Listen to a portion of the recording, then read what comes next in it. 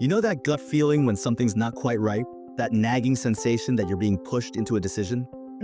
That's often your brain's way of detecting manipulation. Today, we're diving deep into psychological manipulation, how it works, why it's more sophisticated than ever, and most importantly, how to spot it. And trust me, this isn't just about obvious scams or pushy salespeople. It's way more subtle than that. So, what exactly makes modern psychological manipulation different from, say, traditional persuasion? Well, according to recent research, manipulation specifically targets our vulnerabilities and subverts our autonomy, often without us even realizing it. Wait, so you're saying we might not even know when we're being manipulated? Exactly. And here's what's fascinating. Studies show that manipulation actually works by exploiting our brain's fast thinking system. Fast thinking system? Yeah, our brains have two main processing systems. System 1 is quick, emotional, and automatic. System 2 is slower, more analytical. Ah, and I'm guessing manipulators target that faster emotional system? Precisely. They deliberately structure their tactics to bypass our analytical thinking by creating time pressure or emotional distress. Like those only two spots left messages we see online? That's a perfect example of what's called a dark pattern. It creates artificial urgency to push you into making quick emotional decisions. Speaking of online manipulation, I've noticed how social media seems designed to keep us hooked. Oh, absolutely. The algorithms are specifically optimized for engagement, often prioritizing content that triggers strong emotional responses. That's pretty concerning. What are some other common manipulation techniques we should watch out for? Well, one of the most insidious is gaslighting, where someone denies your reality to make you question your own judgment. Right, I've heard that term before. But how does it actually work in practice? Imagine someone consistently denying things they've said or done, making you feel like you're losing your grip on reality. That sounds honestly terrifying. It is. And research shows it can lead to serious anxiety and depression if left unchecked. So, what makes someone more susceptible to these manipulation tactics? Interestingly, it's not always what you'd expect. Studies show that even highly educated people can be vulnerable to sophisticated manipulation, Wait, really? Why is that? often because they might overestimate their ability to detect manipulation, especially in areas where they have expertise. Huh. So, being smart doesn't necessarily protect you. No, what really matters is emotional awareness and strong boundaries.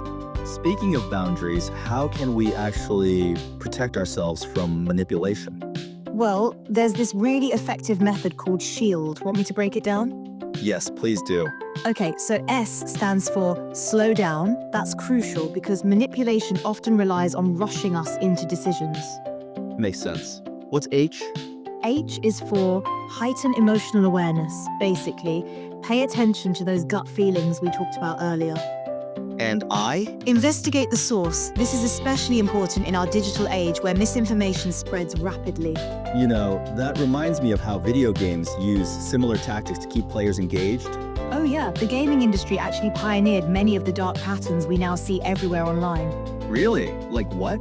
Things like fear of missing out, artificial scarcity, and social proof, showing you what your friends are doing to pressure you into playing more. Let's get back to SHIELD. What's E? E is examine personal biases because manipulators often exploit our existing beliefs and prejudices. And L? Look for emotional manipulation cues like guilt tripping or love bombing. Love bombing? That sounds almost nice. That's exactly why it's so effective. It's overwhelming someone with affection and attention to create dependency. And then I'm guessing they withdraw that attention to control the person? Exactly. It's particularly common in romantic relationships and cult recruitment. And finally, D? Diversify your information diet. Don't rely on single sources or echo chambers. You know what's interesting? It seems like manipulators often end up hurting themselves too. That's actually a fascinating point. Research shows chronic manipulators often suffer damaged relationships and reputational loss. Like they get trapped in their own web? And they often end up isolated because people eventually catch on to their tactics. So what's the most important thing for our listeners to remember about psychological manipulation? I'd say it's that awareness is your best defense. Once you can spot manipulation, it loses much of its power. And it seems like taking that pause, that moment to slow down and think, is crucial. Absolutely. Manipulation thrives on rushed decisions and emotional reactions. You know what they say, if someone's rushing you to make a decision, That's probably exactly when you need to slow down and think it through. well, this has been incredibly enlightening. Any final thoughts? Remember, manipulation is most powerful when it's invisible. The more we talk about it, the less power it has over us. Remember that gut feeling? Maybe it's trying to tell you something.